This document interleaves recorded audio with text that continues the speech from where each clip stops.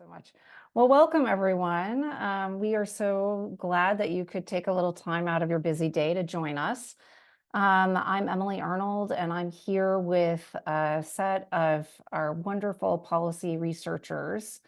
We are part of the Northern California HIV Policy Research Center, which is funded by CHRP. We are one of 3 centers in California. Our other 2 sister centers are, one of them is based at UCLA in Southern California, and the third center is a syndemic center, which is based really very broadly, UCSD, as well as UCSF and UCLA. So there are a set of us who collaborate for the Policy Center, and we are historically based at UCSF. I'm the PI. Dr. Wayne Steward has also PI'd this particular grant in the past as well, and now serves as a senior scientist for us.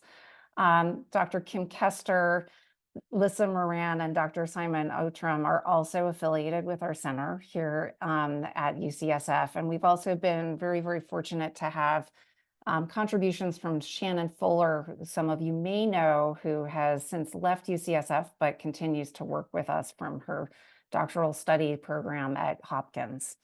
We also have a set of collaborators at UC Berkeley, led by Sandy McCoy, and Laura Packle has worked with her there in the past. She's very fortunate to have a lot of input from UC Berkeley undergrad and graduate students in public health and epidemiology. We also work with Katie Kramer at the Bridging Group, as well as advocates, because we are very interested in trying to inform policy in Sacramento and statewide. So we work with Ernest Hopkins as well as Laura Thomas, both of them based at the San Francisco AIDS Foundation, engaging in state level harm reduction work, as well as national level work around sexual and gender minority communities. And then finally, we are very lucky to occasionally collaborate and consult with the organizing committee of the End the Epidemics Coalition, which is helmed by Ryan Clary with a lot of input from Sebastian Perez. Next slide, please. So what do? We identify topics for rapid response research. So the legislative timeline in California in particular moves very, very rapidly. So we try to work with our colleagues as well as community stakeholders to identify emergent and timely topics. They have to be relevant to state policies. So bills that are under consideration or issues that are taking place within the HIV care and prevention healthcare system. And so what we'll do then is, once we hone in on a topic, we design feasible research studies that can be completed on a rather accelerated timeline. So these studies tend to take place generally between 6 months and a year. And so we try to turn those around very, very quickly.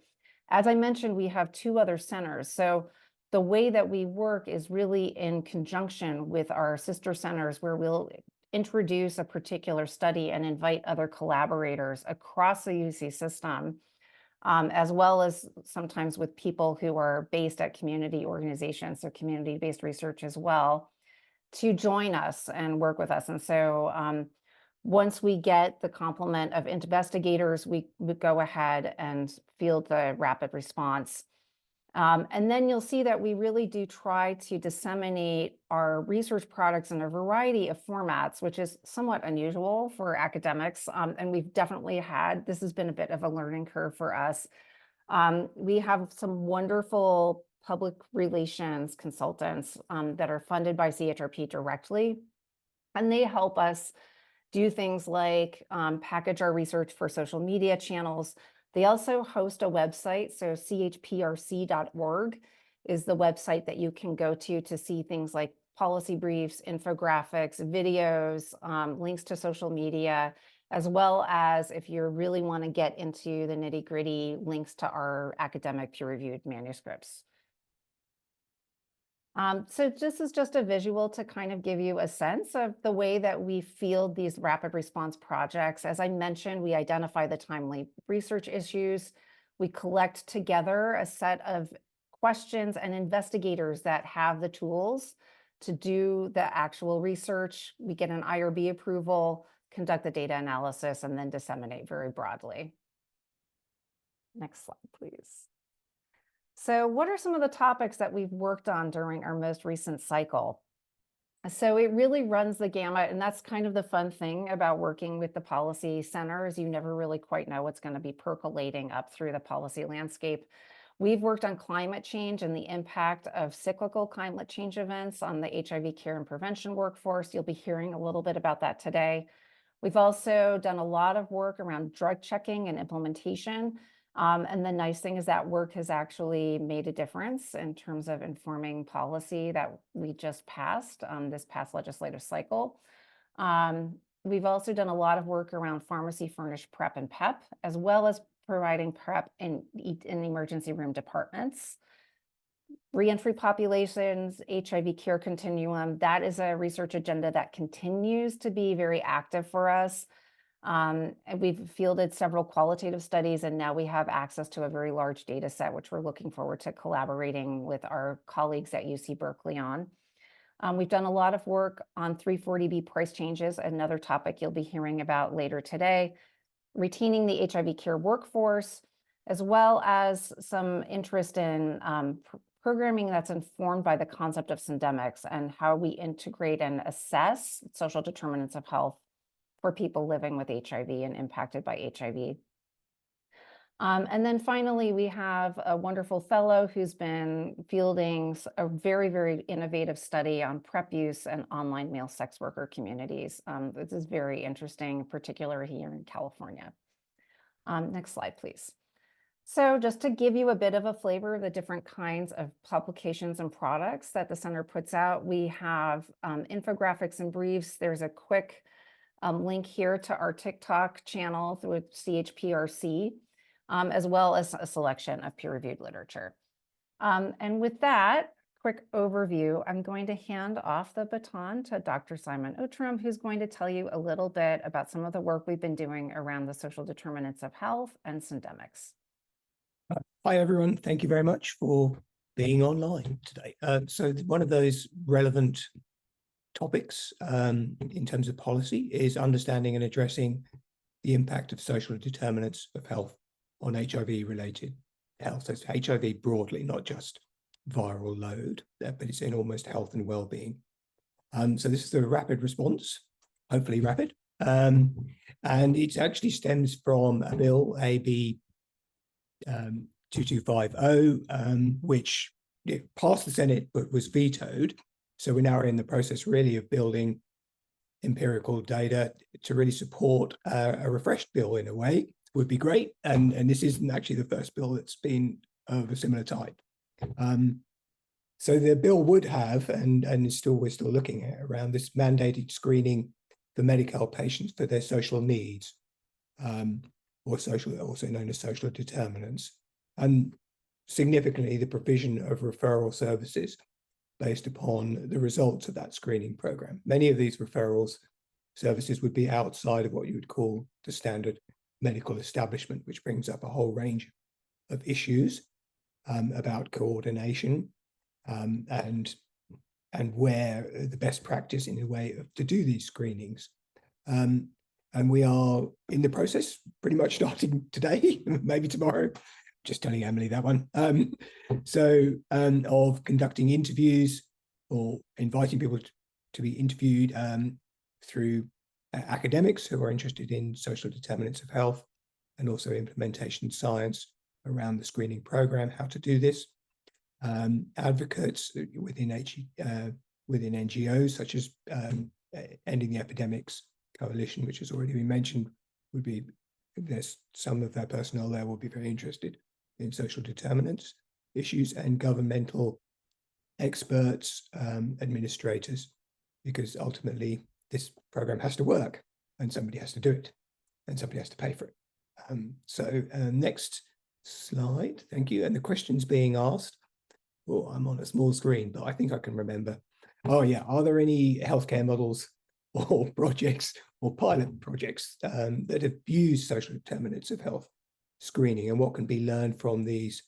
Now, as far as to the best of my knowledge, there's never been a statewide program or legally mandated program, but there is interest at both local level in terms of, but also in terms of healthcare systems and at federal level. So it's a broad area of interest in social determinants and how to employ them in a process wherein let's just say we improve the efficiency of the system, of the healthcare system.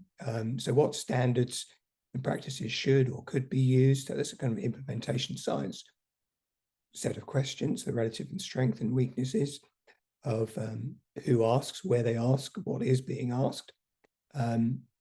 What are the best practices? And this is a really big one for linking screening to service provision. So how do we go from all the data that would be arrived at to providing care, treatment, etc. And this keeps following up. How can the benefits of screening be maximized without adding financial stresses? Another way of putting it is, what are the benefits and what's taken away in terms of resources, time, financial, etc. So how do we measure that in many ways? And how can we ensure that this kind of another question, screening is really about an individual level questionnaire, what is my social need? However, there's also a broader question at a population level. How do we address, or how do we get screening to help at a population level for marginalized, underserved populations? And that actually links more to syndemics, which we'll talk about a tiny bit in a minute. Can the approach of screening be employed outside of Medi-Cal, where, let's say, the finances or the economics of healthcare is somewhat different to the Medi-Cal system?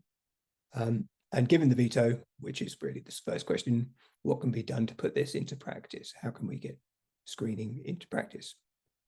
And next one, yeah. Oh, you're a genius, Lissa. How do you do that? And this particular project is almost, well, this is winding up. And the social determinants and the employment of syndemic theory are very closely related. Syndemic theory being what is the social antecedents to health status at a population level? How do the two relate? How does society or social inequity relate to disease status? And what we've seen through a literature review, a scoping review, and interview studies is that there are an increasing number of mission statements, let's say, or policy statements at a local and federal level in many ways, using the term syndemics or syndemic theory. So it's becoming influential, but there are many barriers to putting it into practice, particularly departmental separation and funding streams. So syndemics is a very holistic idea. And as we all know, funding is not very holistic, and departmental separation is the norm within all forms of government, really. So, a very, very brief conclusion, it's increasingly influential as a theory. It is being put into practice, but it's used in different ways. And in part, that's really relates to the many barriers there are towards putting this theory into practice. So you get kind of separate ways of using syndemics. And we can actually jump through to the next slide because it's really the same thing. There's a scoping review out, it's published, and it's on chrprc.org publications, syndemic theory and its use in developing health interventions and programming the scoping review, which pretty much clearly states what it's about. Thank you. That's me. Thanks so much, Simon. This is great. So I don't want Lissa to have to introduce herself. So I will quickly introduce Lissa Moran. Lissa will be talking to all of you about some of the work we've done around climate change and the impact of climate-related cyclical events here in California and the provision of HIV-related care and prevention services, as well as more syndemic-related chronic diseases that travel along with HIV. So without further ado, Lissa, please take it away. Thank you, Emily. As you said, I'm Lissa Moran, and I'm going to talk for just a few minutes about the work that we did looking at the impact of climate-related events on HIV care in California. So, as all of you, I'm sure, and anyone who lives in California knows, natural disasters related to climate change have increased in both frequency and severity in recent years. And, wildfires are perhaps the most famous, or I guess notorious, of the climate-related disasters that we contend with. But in truth, California climate conditions present a multifactorial picture. So with regards to wildfires, pardon me, they've garnered attention for a reason, right? 12 of the largest 20 wildfires in California history occurred between 2017 and 2021. We're also dealing with hotter and drier conditions. 8 of the 10 warmest years on record in California occurred between 2012 and 2022. And we're experiencing marked changes to cyclical seasonal patterns. And those include later freeze, earlier thaw, also intense storm surges, which importantly, they can concentrate a whole season's worth of precipitation into just a few increasingly intense storm events. So that's a very brief, reductive, but representative, I think, overview of what we're looking at in terms of climate conditions in California. So in light of this, our team wanted to better understand the impacts of these events and climate change more broadly on HIV, STI, and harm reduction services in California. So we launched a rapid qualitative assessment where we interviewed 18 HIV, sexual health, and harm reduction clinical and service providers. And our key informants were based out of 9 California counties, and that included 2 Indian reservations. And they served a catchment area extending across 14 counties, which you can see in the visual on the right. And we recruited very intentionally from areas specifically impacted by high heat and wildfires. And so this is a map of wildfire risk areas in California. And I did my best to overlay these maps. And you can see that our participant map and the risk factor map overlay in such a way that shows that our sample served much of the highest risk areas. So I'm going to talk a little bit about key findings. I'm not going to get really into the weeds. Obviously, we're just doing kind of a brief overview, but I will say we learned a lot from this study. Big picture, our key findings can be divided really, I think, into 2 categories. One, findings that were related to service delivery and risks to the client population, and then 2, findings related to the workforce. So first, this visual gives an overview of the common themes across regions and across event types related to service delivery in the client population. Our participants reported contending mostly with wildfires and flooding, but also seasonal storm conditions, excessive heat, and drought. And what we heard was that, this wasn't just event impact, but it was instead an event and then just these kind of ripples of impacts. So immediate impacts of these events included infrastructure disruption, displacement, and then also what providers we talked to described as their clients shifting priorities within the hierarchy of needs. So deprioritizing bigger picture health behaviors like, for example, regular clinic visits and medication adherence in favor of the immediate needs related to shelter, food, survival, even just restabilizing after a traumatic event.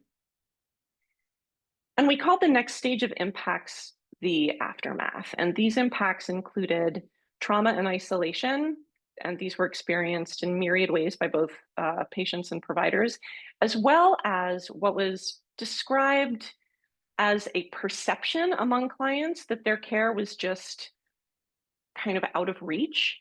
And this was true even if express efforts were made to set up temporary services and also specifically to communicate their availability to clients, that this was still an enduring perception.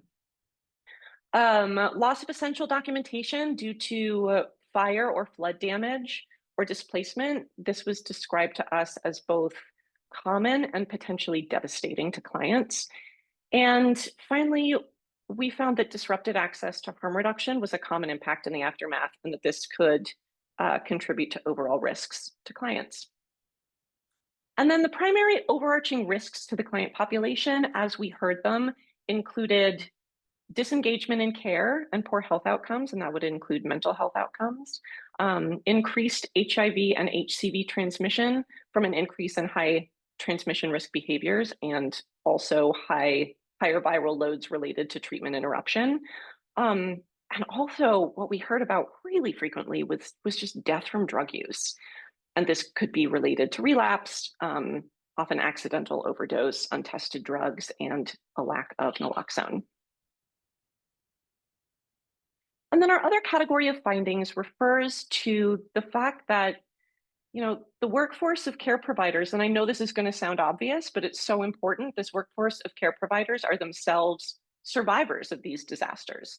And, from our interviews, we identified two major findings about the workforce, I'll say. One was the content and importance of care providers' roles during and in the wake of disasters. So, we learned that providers served as trusted community partners, and that they often were offering services and support that far exceeded their official roles, and that they were also often the stewards of contingency plans, that they were working behind the scenes to find clients, to get in contact with clients, to get them connected to emergency services, and then also to find these kind of back route ways of getting them into clinical care in the near and long term. And then the second finding that stood out was the extent to which conditions related to climate change are themselves negatively impacting and really depleting the individuals providing care. And this is something, within our field we know a lot about. And it takes on, I think, a slightly different tint when we're looking at it through the lens of these disaster-prone areas. Folks providing specialist HIV care, as we know, are increasingly scarce, but they're increasingly scarce in many of the areas that are most heavily impacted by climate disaster. And these tend to be, more rural, less resourced. They have less diverse or stable infrastructure. So not only are the people who live there disproportionately impacted, and that includes care providers, but when a specialist leaves the area, it creates a service gap for folks in a wide geographical area around that. And I wanted to share just a couple of quotes because I can't not, I guess. And these are from clinical providers in two different areas. One was a program leader in an HIV clinic who said, "The agency itself did not burn down, but my home burned down. We also, a year later, had another staff member whose home burned down. Again, that was very disruptive, very traumatic. And in the last 2 months, we've had another staff member's home burn down, and it disrupted to the degree that this person has had to go out on disability. There's just waves of grief, if you will, and waves of inability to do one's job." And then another individual we talked to was talking about a colleague of theirs and said, "Eventually this provider just had to leave the area because she lost her home. And I think with the threat of the future wildfires, she just moved out of the area. And so we had a big gap in care."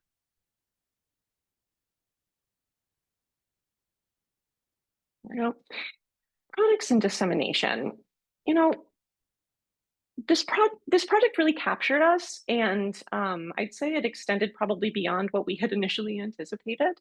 And starting in 2022, which is when we completed the rapid assessment, we published a policy brief with key findings on the CHPRC website, and that document really honed in on adaptive strategies and policy recommendations, which I realize I have not touched upon in the last few minutes, but it was a big part of this. And we also published, along with that, a toolkit that was meant to help providers and their clients plan together for disaster preparedness. We also had a poster accepted at IAS. We published a qualitative paper in PLOS Climate, which highlighted workforce issues in particular. And this past year, we published a glossy with CHPRC, also focusing on impacts to the workforce. And then, as Emily mentioned, I think much to the enduring distress of my children, we've gotten this work into the TikTok sphere. I could talk for a long time about the implications for policy and future resource that have come out of this study, because there have been a lot, and they've ranged from broad policy recommendations about, unstructured emergency funding patterned after COVID relief grants and the Ryan White model, um, all the way to germinal issues of, agencies getting generators, because apparently backup generators are just a huge, huge player in all of this. But for the purposes of our big picture snapshot today, I will say that generally, the policy implications of this study relate to service gaps that are widening as a result of continued cyclical climate-related events in California, and the need to invest proactively, strategically in health systems resilience, with disaster preparedness explicitly included. And we also see a lot of potential and need for further research that focuses on the healthcare workforce. And with that, I can kick it back over to you, Emily, and we Perfect. can. Okay. Well, thank you so much, Lissa. And it's my pleasure to now introduce Dr. Kim Koester, who's going to share an overview of the many rapid response studies that we have fielded, that she's helmed, honestly, around PrEP delivery and access in California. Thank you so much, Kim. Please take it away. Yeah, thanks, Emily. Wow, welcome all. It is such a pleasure to be able to talk with you about our policy research. This is, I think, for the team here that's here presenting to you today, this is our fun work. It is such important work, but it is really different. The way that we have to execute this work is really different than our sort of day-to-day lives on our other projects. And because of that, I feel like there's also, it's a little bit of a black box for our colleagues. So I'm really glad, thank you, Rochelle, for inviting us to be here. I also have to say that while I have the mic, I've been doing policy-related research at CAPS with Wayne Steward for the last 20 years, and we have fielded a lot of these rapid response studies. They're short, they're intense, they don't include a lot of people. We try to reach across the entire state of California, and they matter. And I just really feel so grateful to our funder. So the California HIV/AIDS Research Program has been funding this research for many years. It is an atypical source of funding, focus of funding. So we wouldn't be able to do this important research without CHRP and their partnership with us. But we also rely so heavily, I mean, it is a true collaboration. We collaborate with our funders, we collaborate with advocates. And so I really want to focus just this, I think I have like 8 minutes worth of information to share with you about the PrEP research that we've done in, California, because all of our work is based in California. And the advocates have played a central role in really directing our attention. Yeah, next slide. Thanks, Lissa. So Lissa just gave a great overview of the very exciting research that we have done on climate change. And she and Emily and I are picking up on the workforce issue and really studying workforce resilience, because we want to emphasize that there are ways to build a resilient workforce, but there will need to be policy changes. So I just want to say that I'm excited about that work. But right now, I'm going to talk about things that are very much within my subject area of expertise, and that is all focused on PrEP. And in particular, there's 2 issues that we've been focusing on as it relates to the policy issues, and this is expanding financing and expanding access to PrEP. And so both of these are heavily implicated in the policy arena. Next slide. So we're digging into the vaults here, people. We're really digging into the vault, and I guess it's a little bit fun to go back in time, but I want to try to situate where we are in the contemporary landscape of PrEP financing and access, because it extends back to 2017 in terms of our research. I'll remind this group that in 2012, PrEP was approved for use as pre-exposure prophylaxis. We knew that getting access to PrEP was difficult and challenging for a number of reasons, one of which was the financing of it all. And for us in the Policy Center, we had an opportunity to try to apply and study the California AIDS Drug Assistance Program. Now, the ADAP program is a federal program. It differs from state to state, though, even though it sits under the Ryan White CARE Act program. It is administered on a state level. So the states do have a lot of control over the way that it is implemented. So we asked the question, what can we learn from the implementation of the California ADAP program to help inform the development, design, and implementation of a similar program that would be designed to focus on providing financial assistance to people who were seeking PrEP. So the PrEP Assistance Program, PrEP app program. Now, our work to help shape this program, I mean, California Department of Public Health was going forward to develop and implement this program, regardless of whether or not we did this policy research. However, our policy research helped to shape it so that we could learn from the mistakes that were made while implementing the ADAP program. It's not a perfect program. PrEP app still is not a perfect program, but it is strong. I just want to note that we did a spin-off to study the issues as they related to people who are PrEP seeking in rural areas, and how do we create strong PrEP app programs in these rural counties. PrEP app eligibility centers tend to be concentrated in urban areas, so it was important for us to understand what was going on in the rural counties as well. I'm happy to say that as of October 2024, the California Department of Public Health's OA Voice newsletter reports that 3,509 individuals are currently being assisted through the PrEP app program. And so this is just sort of the beginning of our PrEP research, and it was focused on financing. Next, I want to talk about our PrEP access research, and this intersects really nicely with our emphasis and study of the workforce.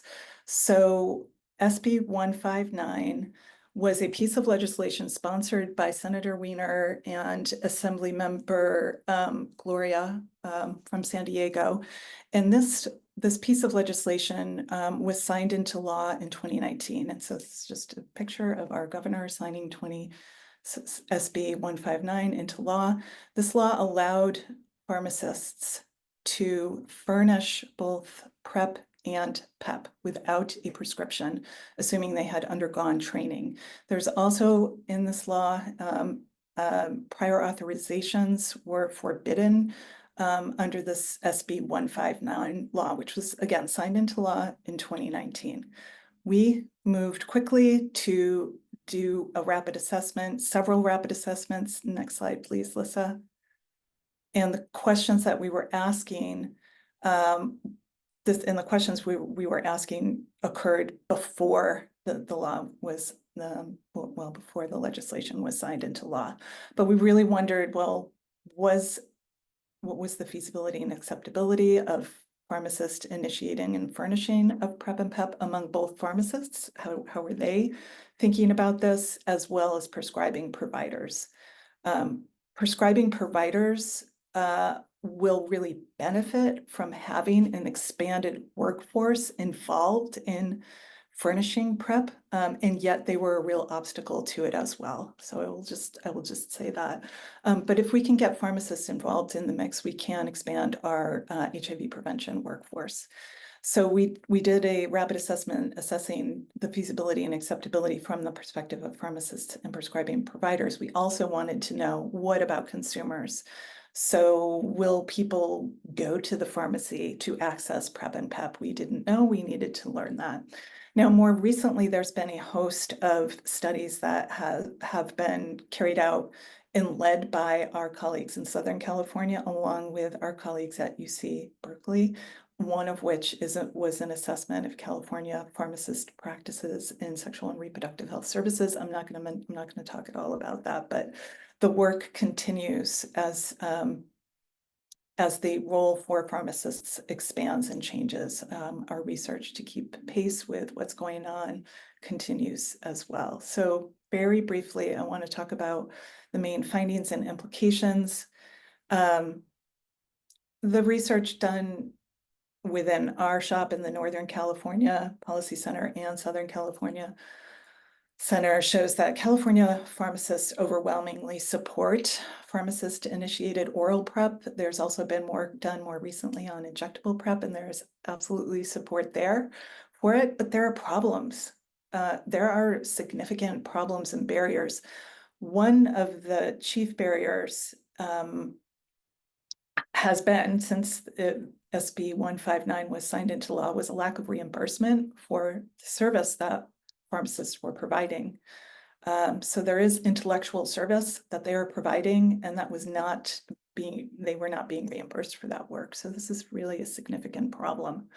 So in 2023, new legislation under SB 339 was introduced to really try to overcome some of the flaws in SB 159, and just some of those flaws that were addressed under this new piece of legislation was that pharmacists can furnish PrEP on an ongoing basis if they met a host of criteria. Healthcare plans and insurance policies must reimburse if you are seeking PrEP from an in-network pharmacist as well as an out-of-network pharmacist. And that Medi-Cal would be required to reimburse pharmacists who are furnishing PrEP and PEP at 85% of the provider reimbursement rate. This is a huge win for pharmacists, a huge win. So this legislation was signed in February of 2024, and under an urgency clause, this goes into effect in 2 days from now. So this is major win to expand the workforce, to increase access to pre-exposure and post-exposure prophylaxis. You've heard a lot about our dissemination channels. I'm not on TikTok. I mean, I don't want to be on TikTok, but I will if CHRP wants us to be. We disseminate first and foremost back to the advocates. The advocates often drive the research questions. We need to turn the information around and get it to them first and foremost. That is why I feel like our work is in a black box, because our audience is really advocates. Members of the Getting to Zero Coalition also benefit from our work. PleasePrepMe.org has benefited from our work. We are really doing this work in service to the advocates. So that is why we are all motivated to do this work in our policy center. So Emily, thank you for leading our team. Wayne, thank you for being our historic leader. And I don't know if our funders even in the room, but I also want to really underscore how much we appreciate CHRP's financing of this work. Well, thank you so much, Kim. And then the other thing I would just add is, of course, at the end of the day, what we're also trying to do is to make the tools for effective HIV prevention and care more available to the people in California who are most impacted by HIV. So it's policy advocates, it's community members, and it's also fellow researchers that we like to engage with. And without further ado, I would love to turn the mic over to my wonderful colleague, Dr. Wayne Steward, who is going to be talking about changes to the 340B program and implications of that to HIV-related prevention and care services in the state of California. Thank you so much, Wayne. Well, thank you. So I am going to talk to you about 340B. Let me just start with a caveat when it comes to talking about 340B. I have spent many years trying to study it, and every time I go to a presentation on it or something else, I feel like I walk out somehow understanding it differently. And there seems to be no person on the planet who actually is the absolute authority figure who will tell you this is the correct understanding of this program. And it is because it is a federal program that just has a lot of nuance to it. And it's just layer upon layer in terms of how it actually works and what makes for good practices within it. And so that logically takes us to a bit of a background on it, because it's important to understand it in the most basic and kind of big picture sense, to understand why it's important from a policy perspective and a context here in California. So the idea of 340B is to support safety net populations and facilities that are serving those communities, historically uninsured and underinsured. And to make sure that there's revenues there that can help the facilities to provide adequate care and support to the communities that they're serving. And so the way that it works, it's all based on you run prescription medications and your prescriptions through the 340B program.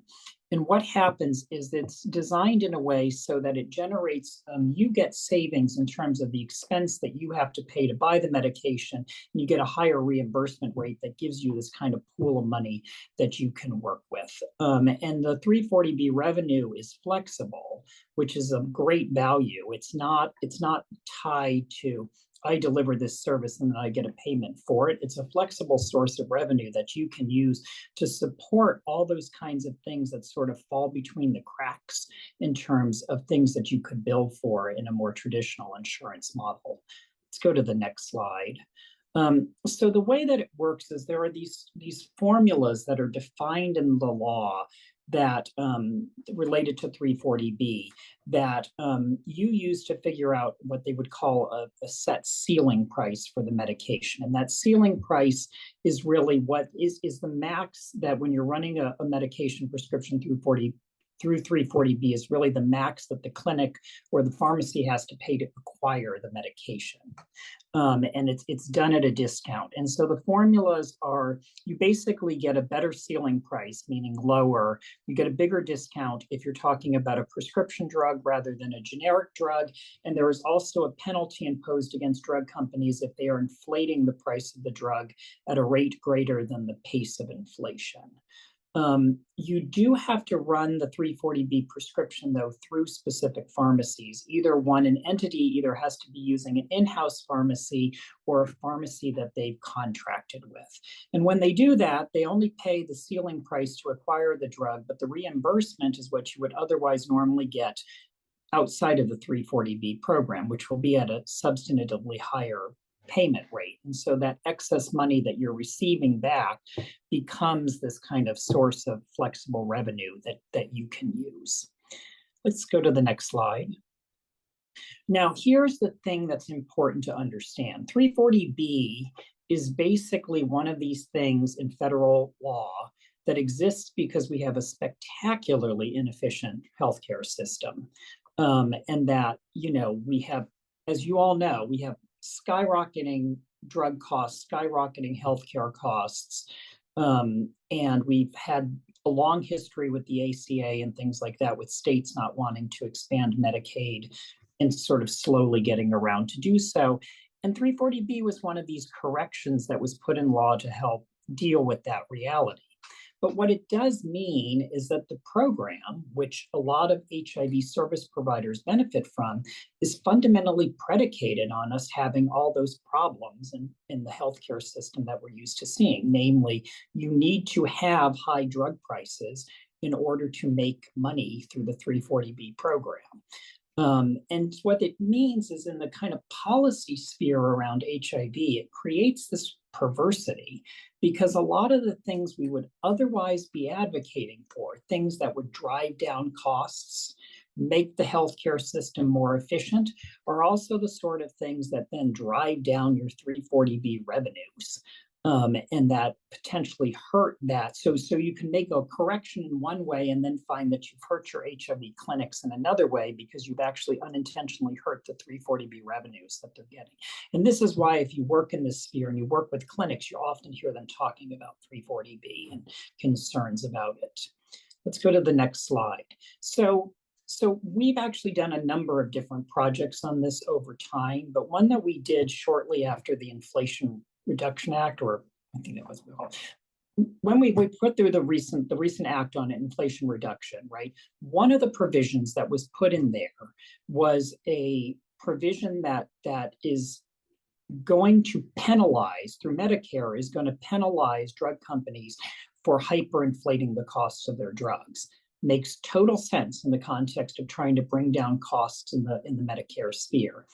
In the 340B sphere, though, because your 340B ceiling prices become more favorable when a drug company is hyperinflating the costs of the drugs, what it means is that the Inflation Reduction Act's efforts to tamp down on this also are going to lower 340B revenues. And so we ran an analysis that just said, well, what if you took the current drugs that are out there that are being paid for, and you hypothetically took away the hyperinflation that's going on with them? What would happen to your 340B revenues? And the net effect of everything that's up here is about a 50% loss. And so, I mean, that's huge for a clinic that's substantively using its 340B revenues to pay for services. Let's go to the next slide. So what are the kind of things out there in the policy sphere that are potentially things that could screw up a clinic's 340B revenues? Well, one of them is the kind of reductions in the speed at which are hyperinflation of drug prices. But here's some other things that are out there. So there's a rule about no duplicate discounts, meaning that in the federal sphere, if there's some other way that there's a special program that gives you a discount, you can't then use 340B at the same time. So this becomes important in the context of Medicaid programs, because I've described a way that a clinic can get 340B monies directly, but there is a separate provision that says that instead of the clinic, a Medicaid program can take a discount. And so about 10 years ago, when Valerie Kirby was here, she and I did a project. Jerry Brown proposed putting out a rule that said that in the context of the state Medi-Cal program, Medi-Cal would get to take the discount and entities would not be able to do so. And we did a whole analysis on how that would hurt HIV programs. The advocates used it. Jerry Brown ultimately didn't make that change, and then Gavin Newsom did. He, by executive order, removed all Medi-Cal patients. He insisted that Medi-Cal get the discount whenever monies run through the 340B. And so all clinical entities in the state lost the ability to generate 340B revenues through their Medi-Cal patients. So in some cases, this would be a third or more of your patients running through 340B. That revenue was suddenly taken away.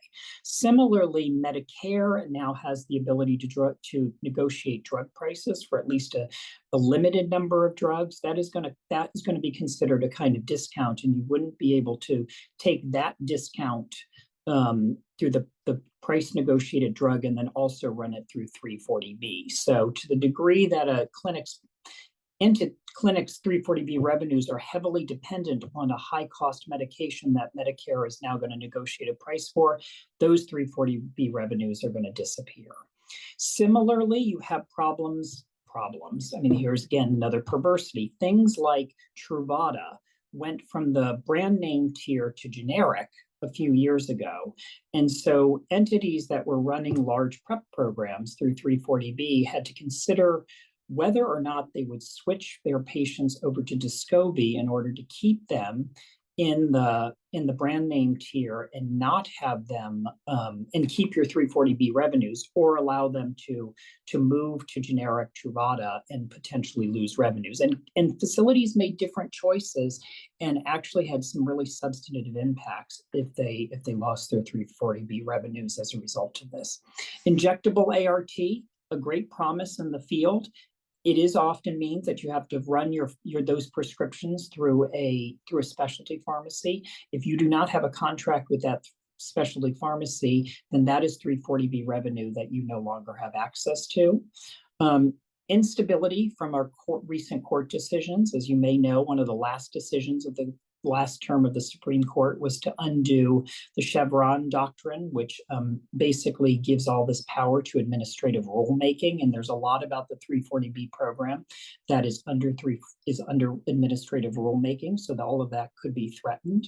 And if you have worked through your ballot and the 400 propositions that we have to vote on. I will note that if you're getting to those two propositions, the one from the AIDS Healthcare Foundation that is trying to expand rent control, and then the proposition that immediately follows that was put on by the real estate people that's trying to get the AIDS Healthcare Foundation not be able to spend its money on propositions.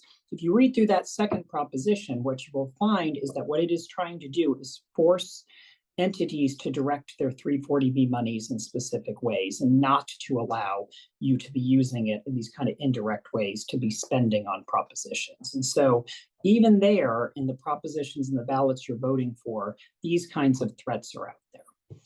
So next slide.